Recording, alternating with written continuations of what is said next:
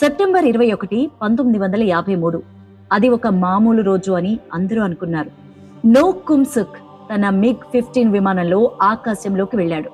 ఒక్కసారిగా తన దిశను సౌత్ కొరియా వైపు తిప్పాడు. రాడార్లకు దొరకకుండా ఉండటానికి విమానాన్ని భూమికి ఆనుకొని మరీ నడిపించాడు. ఒక్క చిన్న పొరపాటు జరిగినా ప్రాణాలు గాల్లో కలిసిపోయేవి. కానీ తన 20 నిమిషాల ధైర్యం అతన్ని సౌత్ కొరియా గడ్డపై చేర్చింది. తను ల్యాండ్ అయ్యాక ఒక పెద్ద షాక్ ఎదురైంది. అప్పట్లో ఆ MiG-15 విమానం టెక్నాలజీని తెలుసుకోవడానికి అమెరికా $1,00,000 రివార్డు ప్రకటించింది.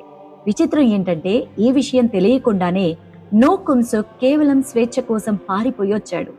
అమెరికాకు ఆ విమానం దొరకడం ఒక పెద్ద గెలుపు.